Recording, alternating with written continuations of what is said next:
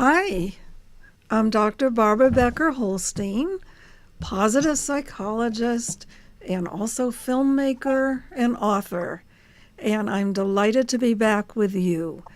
This is the Enchanted Self show, and not only do we find out how to make ourselves more enchanting in the sense for ourselves, maybe it'll help others too, but my purpose in the way I use enchantment is that we discover how to build a sense of self that feels so good and we feel so at home in our own bodies and our spirit, and we feel like we're on the right track and we're in touch with our potential and our talents.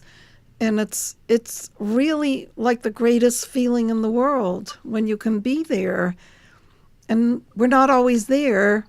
Somebody will say something discouraging or insulting or just stupid sometimes, and boom, we fall off of our horse. But we have to get back on because we have to be the best we can be for ourselves, for our own mental health, and to help society. Really, that's the way to go. And so I'll just mention briefly that two of the main books that I like to talk about that I've written are The Truth, right here, and Secrets. And these are books for girls, tweens, and teens, and even some guys like them. They're diaries, diary format, where the girl talks about her life, all of its ups and downs and insides and outsides. And these are challenges that we've all been through. I'm sure you've had a crush. I'm sure you may have moved once in your life at least. You've had maybe disagreements with siblings or family members.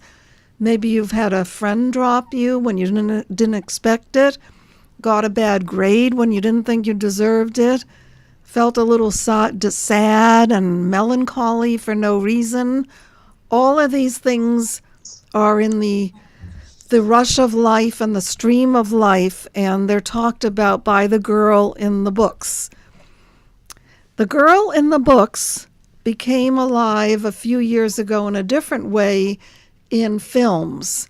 And actually, tonight, Megan Brown, who has been the girl for 3 years already, 3 full years, is with us tonight to talk about herself as the girl. And she is still playing the girl each year, 14, 15, 16, and I hope we can convince you to 17.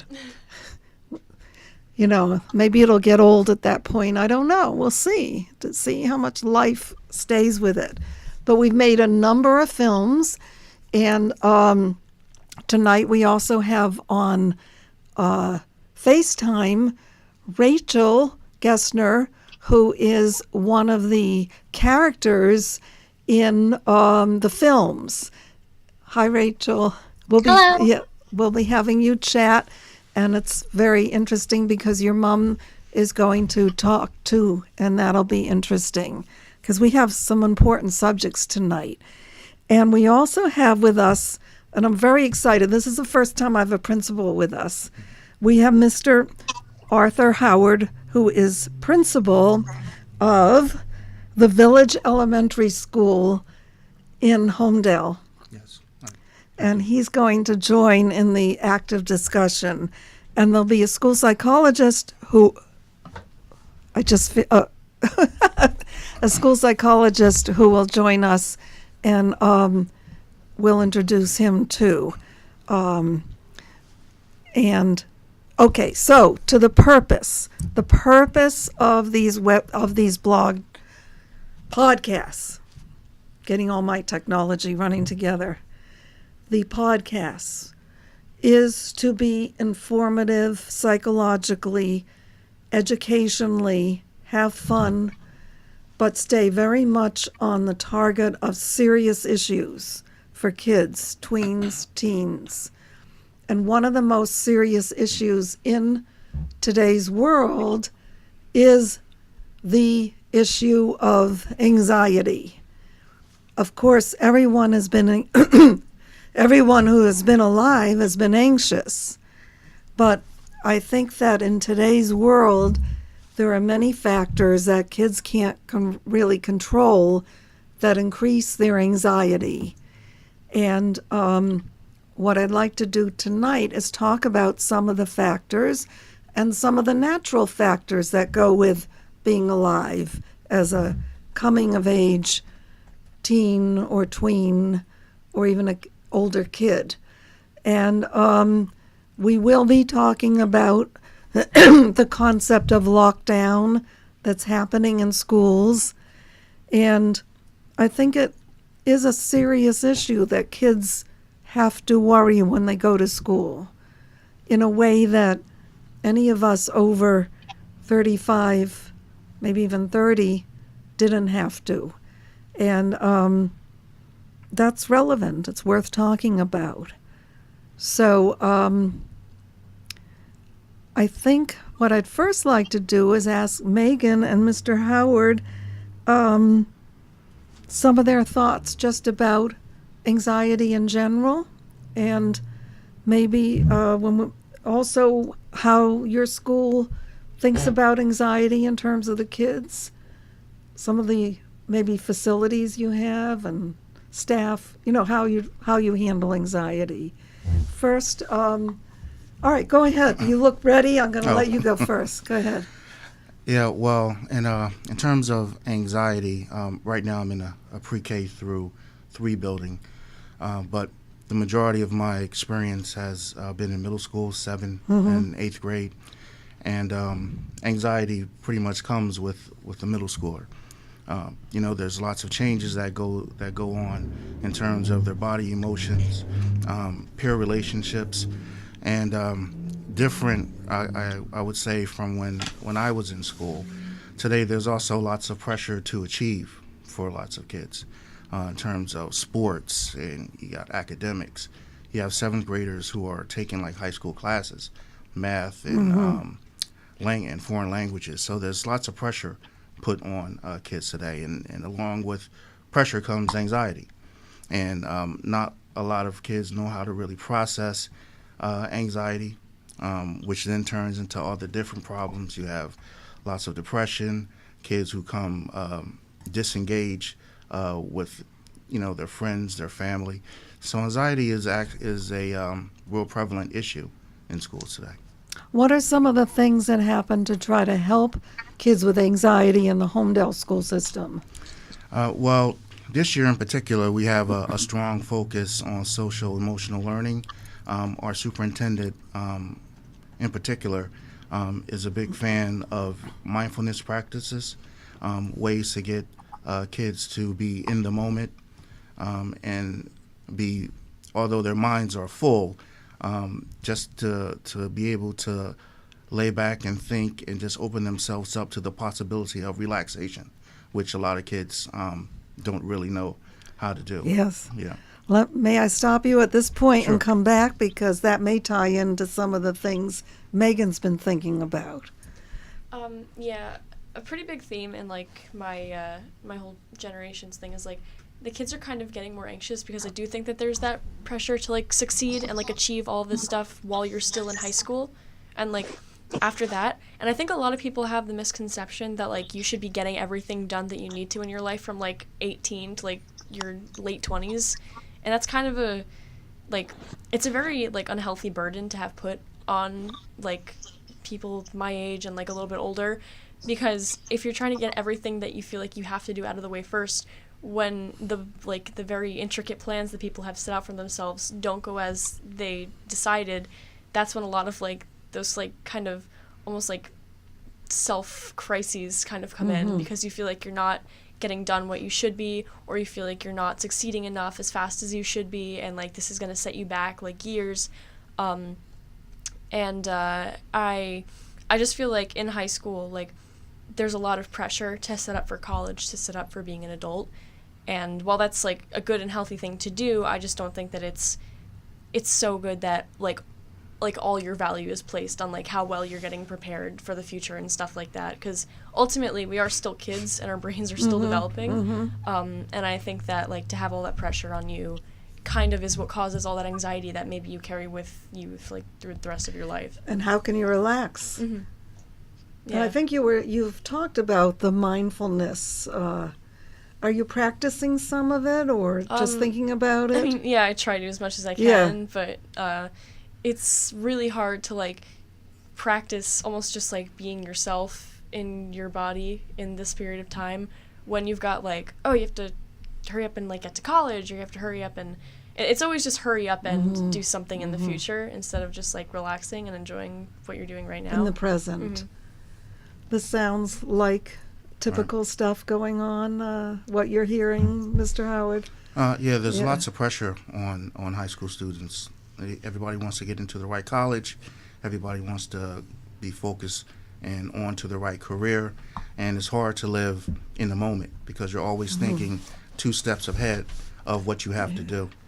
You know, it reminds me, in my past, I was a very dedicated high school student. I don't think as pressured as now, but I had that feeling I had to get into a good college. And I remember once an older woman invited me over on a Sunday to make Easter eggs. And it was like, I can't believe this. I am having such fun. I'm not studying. I'm not with my girlfriends. There's no issues with, jealousy, boyfriend, nothing. I am just swept backwards in time. And she's teaching me, and, we cooked I should probably had cooked the eggs, but we were painting them and having snacks, and she was talking about her past, and it was like totally in the moment. Yeah. And we all need that. Let's see what Rachel or her mom have to say, and then we're going to make sure that psychologist gets in. You want to speak? Yeah, I mean, I think that a huge thing about being in high school is you experience a lot of fake friends. You experience a lot of stress, a lot more stress than you would if it was like middle school or elementary school. I think you start to worry about your future and what's going to happen, and that can be hard, especially if friends aren't there for you. And I feel like friends are super important because like you need those people to help you through those times. And I know that like you can be really, really stressed out about what college you're going to go to because you want to do well, and you feel maybe you're not necessarily feeling pressure from someone, just maybe in your own head that some people are really hard on themselves, including me. I'm very hard on myself. I know that I really try my best, and when I like don't do well on a test, I get really upset with myself. And friend drama just doesn't help. It just makes it worse. But I think that the whole point of high school is you have to realize what real friends are and what fake friends are, and I think that without that experience you wouldn't know, and it's preventing yourself from getting hurt later in life. Well, that's a very good point. And as I think back to some of the dilemmas I had in high school and some of the times I felt left out or not sure the honesty going on between myself and a friend, I realized that once I got to college and later on in life, almost never did those mistakes happen again. So I think I really did learn. I never thought about it that way. It's a good point. Mm. Does your mother want to add anything about watching the high school process? I would say there's not only is there academic anxiety, but there's so much social anxiety with the social media. You find out about parties that you're not invited to, or you find out about there's a lot that goes on through social media that I think gives people another layer of anxiety.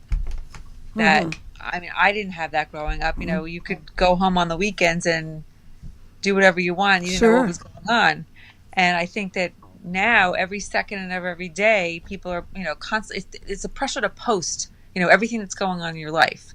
You want to show that you've got friends. You want to show where your friends are at a party. And these kids that don't get invited to these things feel left out. And that's, I think there's just a whole nother level on top of the already existing academic anxiety. I think you're absolutely right. And that's one of the things we touched upon in the Selfie Project, which I want to give a little plug. It's getting marvelous reviews and awards on the film circuit with festivals. But still, my real purpose with the Selfie Project is to get it into schools and some sort of series where we can continuously talk to kids, experts, and talk to kids who share their anxieties and problems.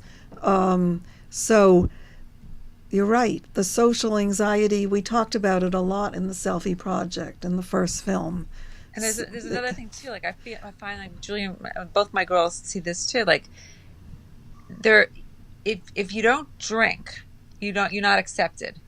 Like it's more prevalent as they're getting older. They're juniors now and seniors, and I feel like these, poor freshmen coming in feel like they have to fit in, and there's all that going on too. And it's just sad. It is.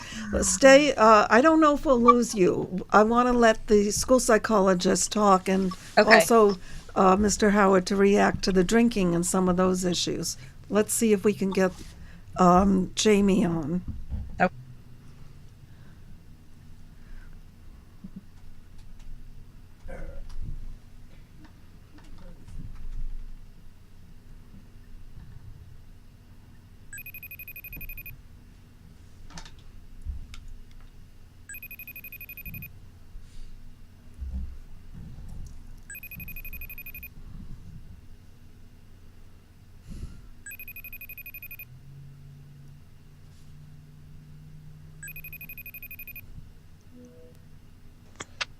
Jamie?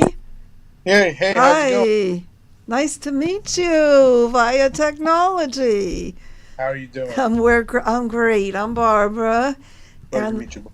and this is Megan, who Hello. has starred in many of my short films and as a teenager. And this is Mr. Howard, who's principal of a school in Holmdel. Okay. And we've been talking about anxiety with kids from pre-K to 12th grade. You can hop in anywhere. Will do.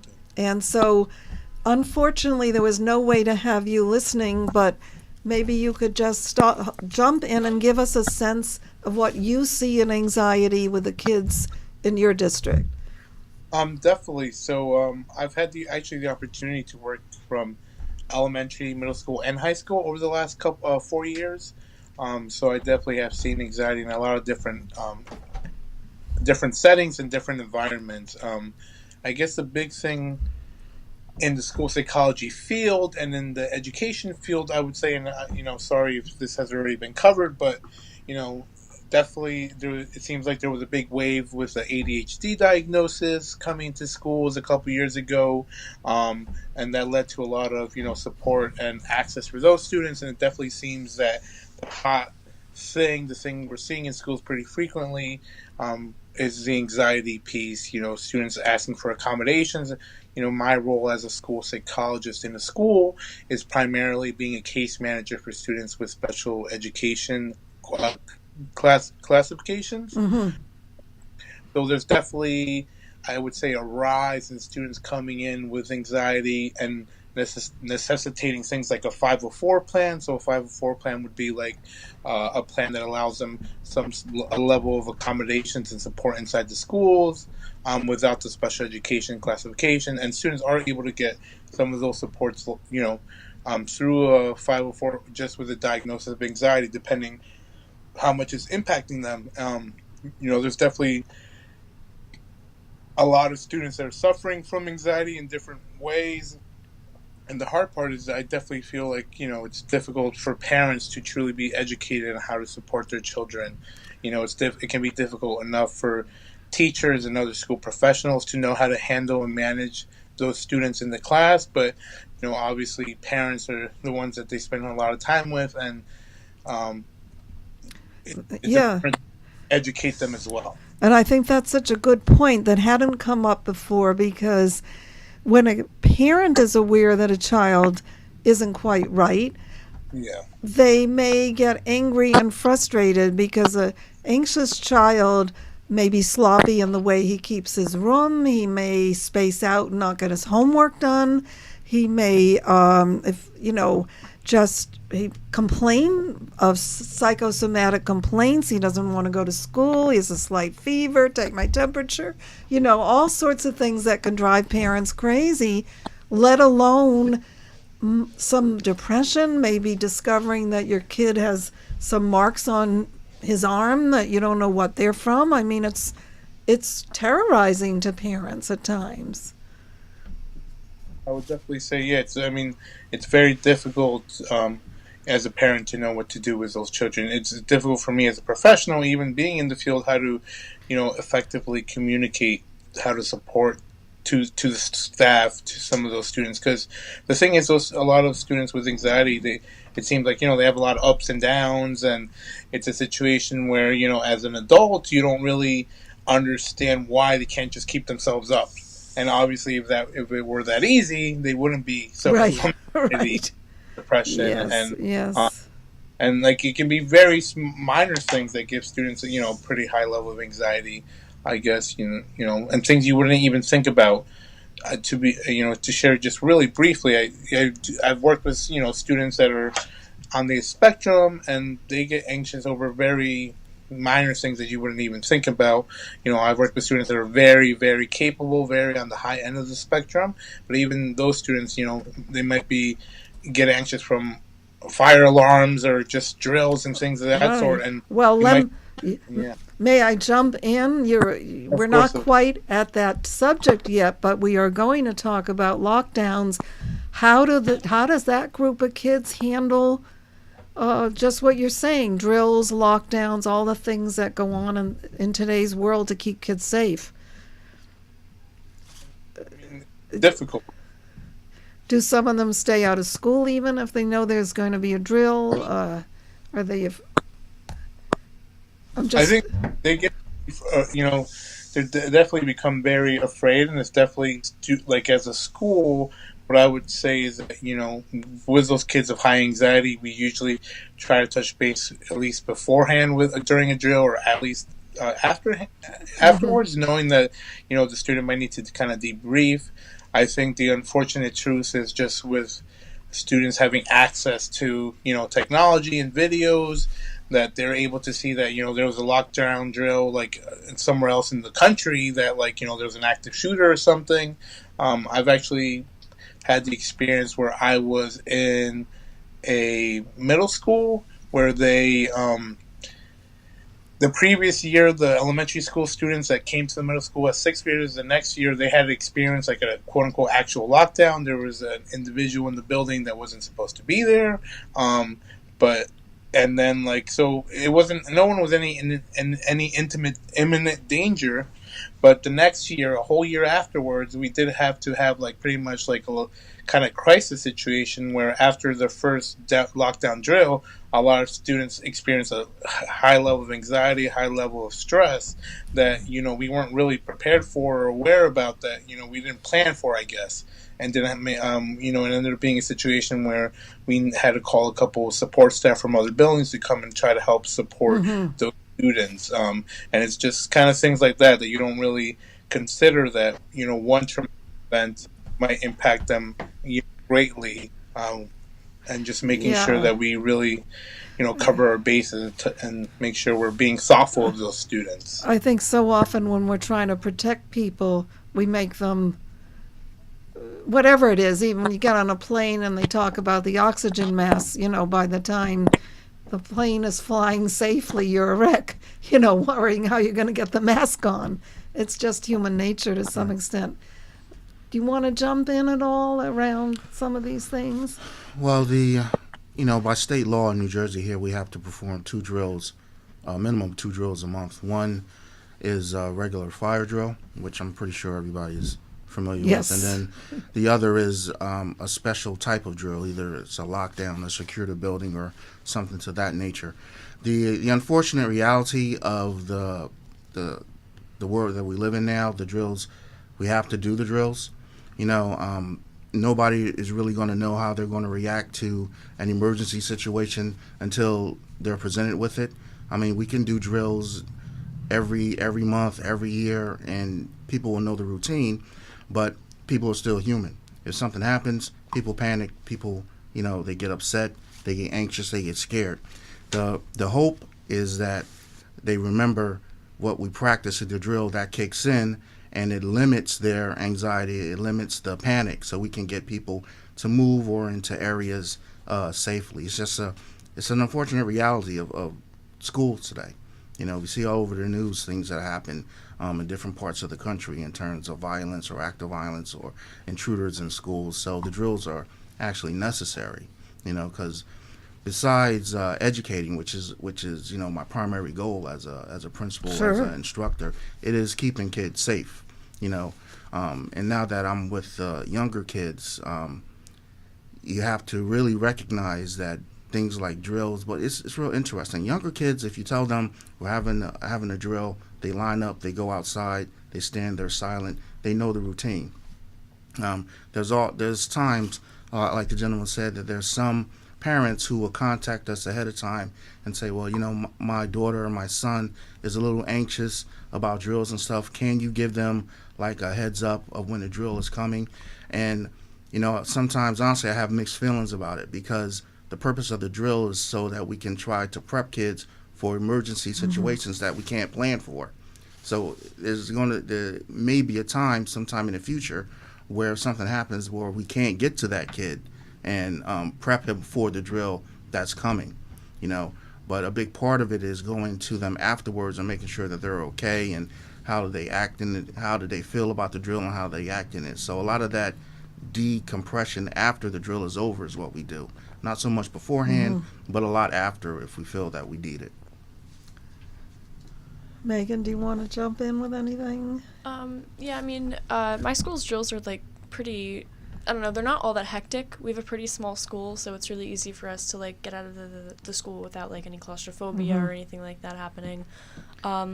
There was one time when we thought that like the drill was actually real and it was like a real fire drill, but it turns out someone just bumped into the fire alarm in the hallway. So that was like the closest we ever come to like it not being planned. Yes. So I can't really speak on a whole lot about having anxiety caused by like sudden drills, because we usually can tell when they're going to happen, because either a student will overhear like a teacher talking about it, or like they'll hear like administration, like because they all have walkie-talkies now, and like they communicate through those, and we'll hear like, oh, there's going to be a drill today or something like that. But I don't think that there's a whole lot of anxiety surrounding the drills at our school, because they are just pretty easy to like go through. So. Well, that's good. That's good. But as your mother, when she was here as a guest last time, told us, she actually had a shooter in the classroom, and that was years ago. So, and it, it's, anyway. What I'd like to do, first of all, Jamie, can you introduce yourself properly so people will know when they see this? Go ahead. My name is Jamie Antonio Bravo. I'm a school psychologist. I've been practicing in the field for the last 4 years. I've actually been in an elementary school, middle school, and I'm currently at a high school level. And as a school psychologist, just to give a brief introduction about that, our main role is being part of the child study team, along with a social worker and learning consultant in most districts. And we are the ones that case manage the special education students. As a school psychologist, I am certified to do things like counseling, IQ testing, and I have a wide range of experiences and training as well. But well, thank you.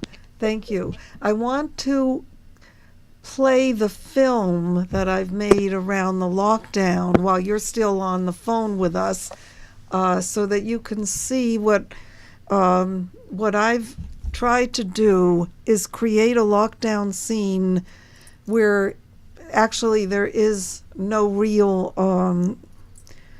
hurt that happens, but 3 girls are pushed into a situation where their personalities are put on the spot, to say the least. And I think it's important to understand, I don't know if any of us can really understand it, but to be clear in some of the drama that the kids experience, at least to stay connected, because sometimes when we get older and we're grown-ups and everything, we're kind of distancing ourselves because we really don't want to be there again anyway, and you lose that sort of emotional connectiveness that makes you feel so that we're all one in some way. So hopefully this film creates that.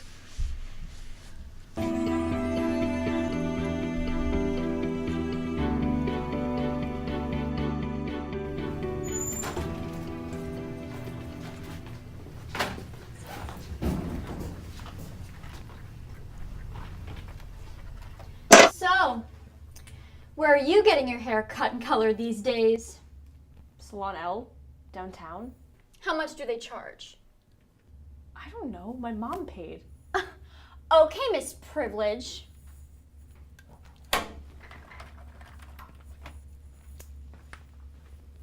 Oh, this color looks so good How was on that me. chemistry test for you? It was okay. Stoichiometry's still hard. Yeah, it's the worst.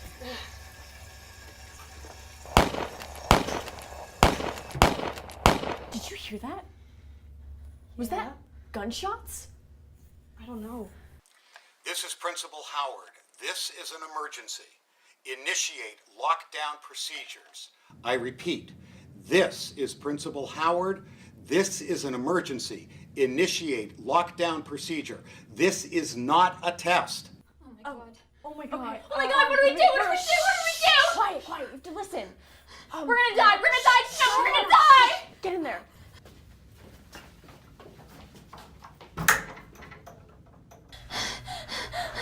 Oh my god, this can't be happening. This can't be happening. Oh my god. Oh my god. How is this happening? It'll be okay as long as we keep quiet. No, I can't. It's okay.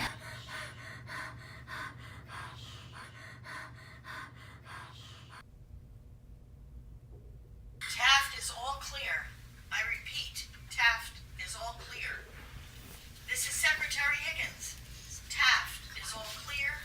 I repeat, Taft is all clear.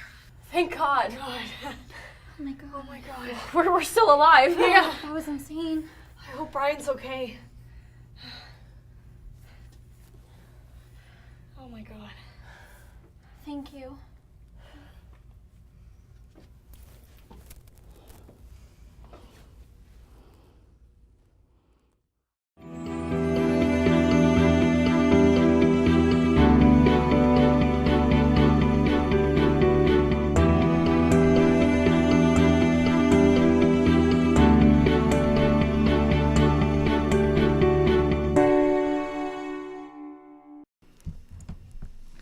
So that's it. Any reactions from the 2 professionals in the field? Well, there's always circumstances where kids who are in the hallway could possibly get caught in a bathroom or in another classroom. Yeah. Part of the procedure normally for a lockdown is for kids to get into whatever the closest room that's next to them is. So there's a lot of reality to that. But normally in a lockdown situation, they don't come over the loudspeaker really and say that a lockdown is done. I have to go around, or the police have to go around and open each room and make sure that each room is clear before we clear the entire building. But that's what it's like from the perspective of the kid, when they get caught. Jamie?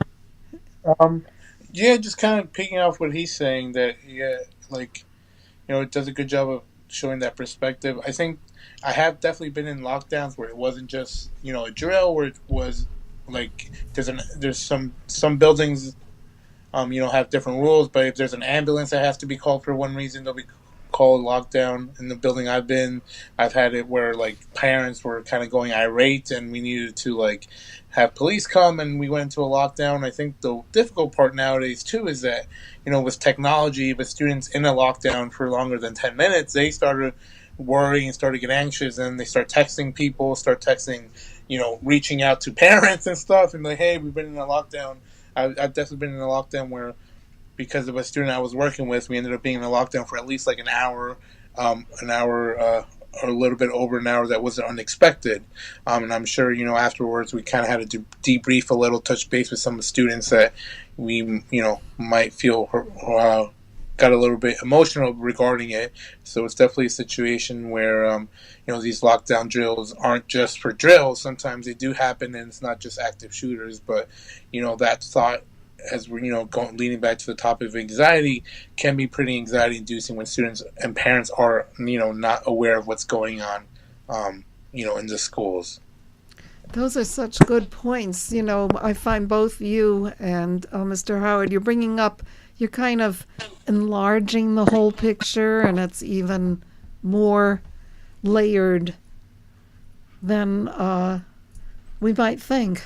Yeah, communication, I can tell you from being in lockdowns that are unplanned, is really important, because it's like you said, there's the cell phone and technology and the ability for kids who are locked down for more than 10 minutes to start calling their parents and reaching out, saying, oh, there's something going on in the school. And, when you're operating in a vacuum without information, rumor becomes king. And, and as a parent myself, if my daughter called me and said that, we're in a lockdown, we think there's a shooter, what's your first thing? You're going to go to the school, I got to get my kid, which is not the safest or the smartest thing to do, but it's just human nature is what a parent would do. Human nature trumps everything. Yeah. We're always within it. Wondering if we could, I'm sorry we can't hold you here. If you're free to stay 10 minutes, we'll have you back right at the end. Is that okay? Jamie? I can stay.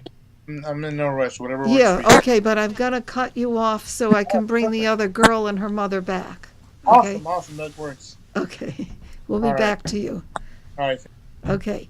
Because what I'd like to do, just to make a little clearer the differences in personalities, what I asked the 3 actresses that are in the lockdown to do is to pretend it's now a few hours later, or at most a day later, and in character to do a 90-second selfie of what's on their minds and what they're thinking about. So I'd like to play really all 3 of them and then discuss it. Okay? I'm not sure who. Okay. Once we were all outside the school, we were crying and hugging each other and panicking, but we wanted to know if anybody had been killed. We needed to know if our friends were okay and if all the students were all right. My mom came and picked me up and took me home, and I felt so much safer right away. I wonder if something like this is going to change how August treats other people, especially Melissa. But I just don't understand why things like this have to keep happening. Don't grown-ups understand that we're the ones in danger? I don't understand why this has to keep happening to kids like us.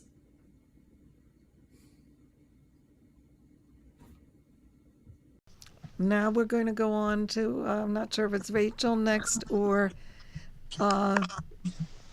Elena. Mm-hmm. Hi, Melissa here. So, the lockdown the other day. Whenever we have lockdown drills, we all know it's never real. Everyone's always talking or doing whatever, but this time it was real. And I didn't know what to even do at first. I was trying to think of something to do, but when you realize it's real, like you just freeze up. You have no idea what to do. So we went into the bathroom stall, and it was just crazy because you always hear about these things happening on the news, but then when it happens in your own school, I've never been more scared in my entire life.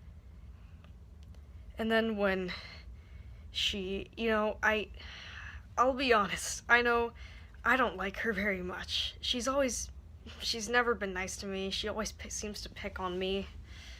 But in a situation like that, we have to stick together, everybody, no matter how much you hate somebody.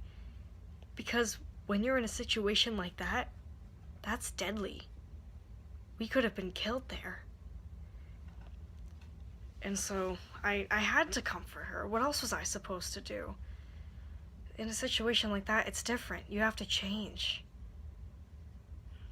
Because you never know, really.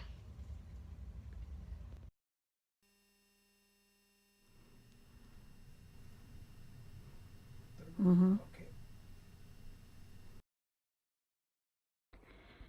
Hi everyone, so it's August. Normally I wear makeup for these types of videos, but yesterday I'm still in shock by what happened yesterday at school, and I'm not focusing on like what I look like right now. I just want to post this because I think it's really important to know.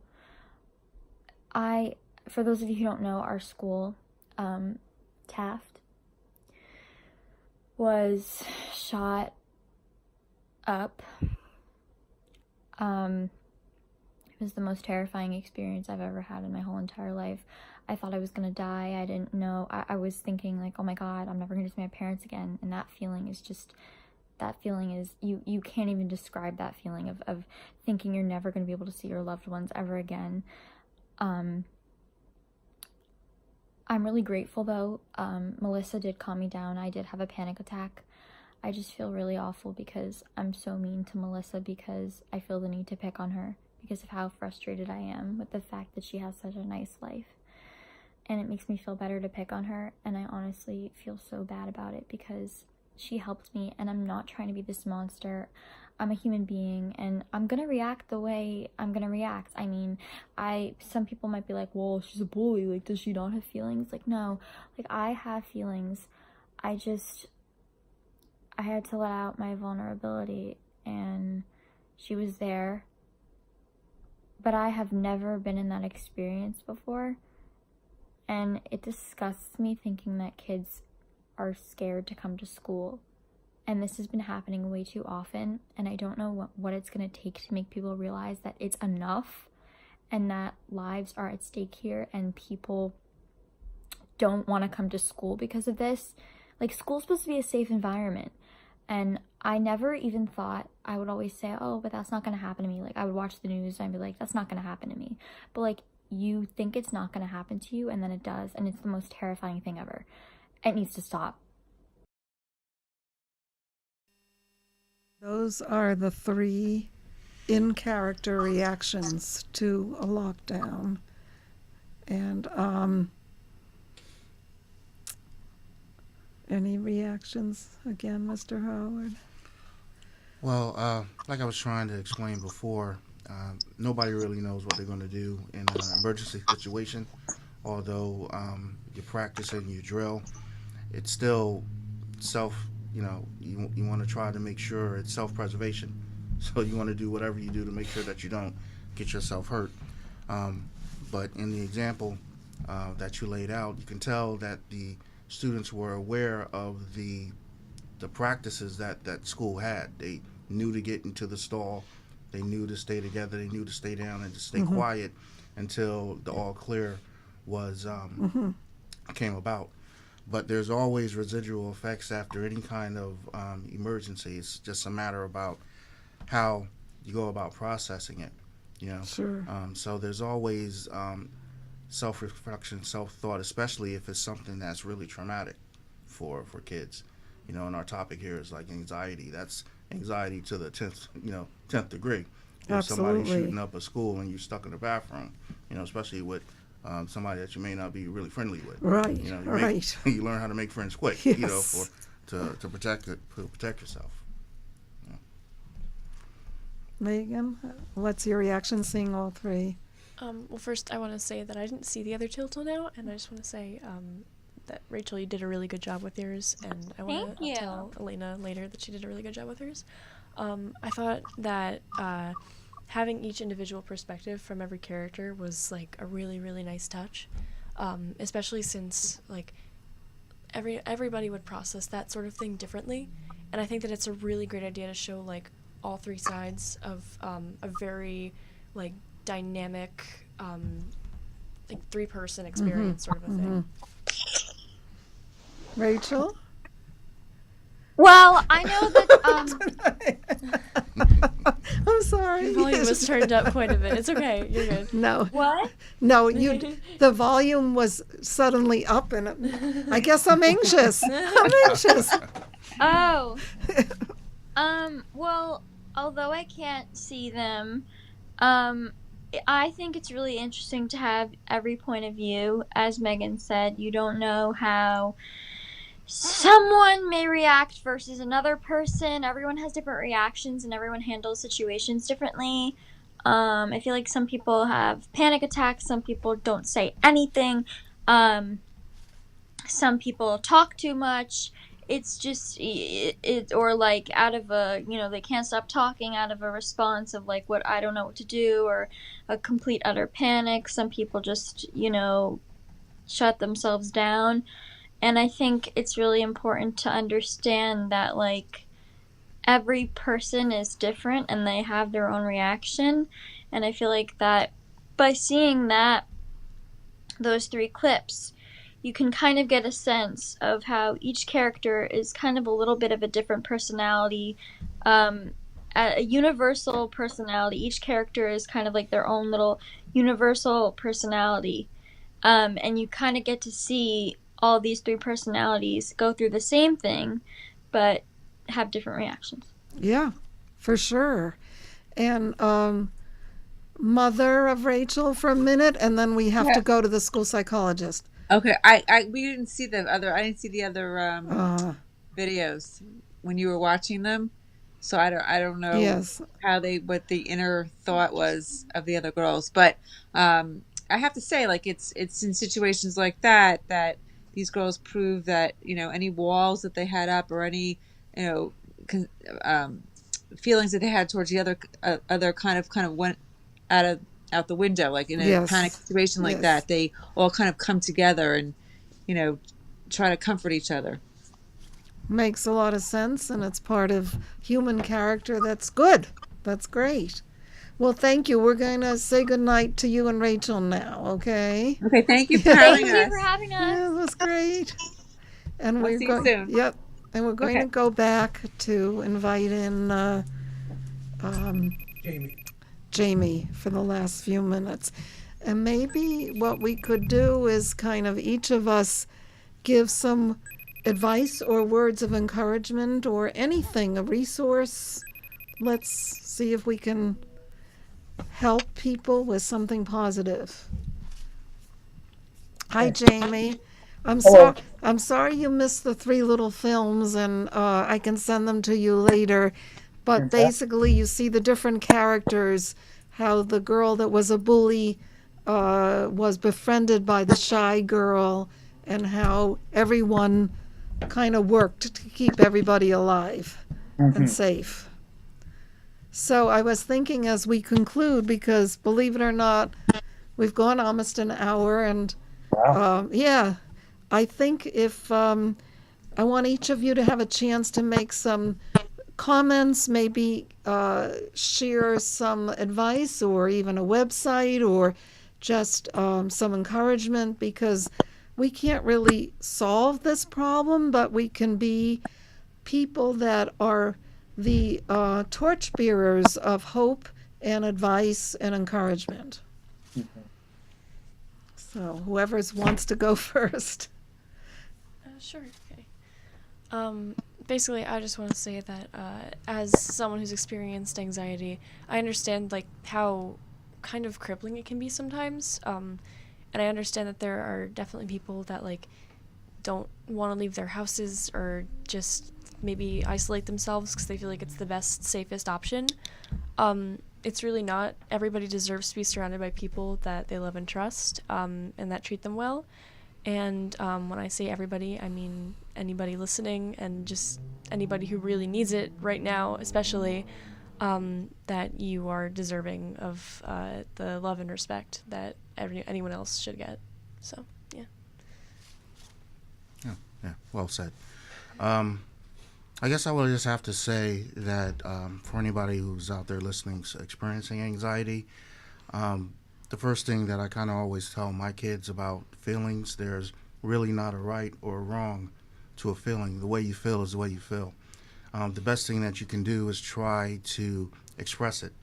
Most anxiety goes along with people trying to they feel embarrassed about it. They don't want to share things. They feel like they're not normal. And, who really defines normal anyway? If you're feeling any kind of way that's not like great, I suggest the best thing to do is to find a resource. Lots of schools have resources as counselors. There's teachers, there's psychologists, people on your child study team. There's lots of folks out there who are in the business of trying to make people feel better. We can't suffer in silence, and a lot of people do. They suffer in silence, and it just makes matters worse. So my suggestion is for folks just to talk, to somebody. Do not sit on these things alone, because you can't solve things, by yourself. It takes a village, Yes, you're Yeah. and it's great you're at the Village Elementary School. Right, Yes, yes. Well, thank you. Kind of going along with those lines, I think he took a good portion of what I was planning to say, that, it is important to make sure that we're communicating, anybody that's out there feeling anxious as a student, as a, somebody that needs support, definitely continue to do that. And I guess the thing I would say too is that for any parents out there, just make sure you're communicating with your children and monitoring things in terms that, obviously the hope is that your children love you the most. So chances are they trying to keep a lot of their hurt and their feelings from you in order so you don't hurt and don't feel sad for them. Where, it'd be a situation that you could put a perfect face for you, and then, whatever's going on behind closed doors, whatever's going on in their phone might be taking a bigger toll on it than you're aware of. So just make sure you're communicating and honestly monitoring a lot of, things like technology, that can definitely be a big anxiety source and stress source for a lot of students. Unlike it was during their generation, they were growing up, where if there was a school bully, you would just see them at school, or you just wouldn't go hang out in their part of town. But nowadays, that can follow you. The second you go home, it's still on your phone. It's still there. So definitely just make sure you're communicating with your children and keeping an open dialogue as much as possible. Well, these are really wonderful, wonderful statements.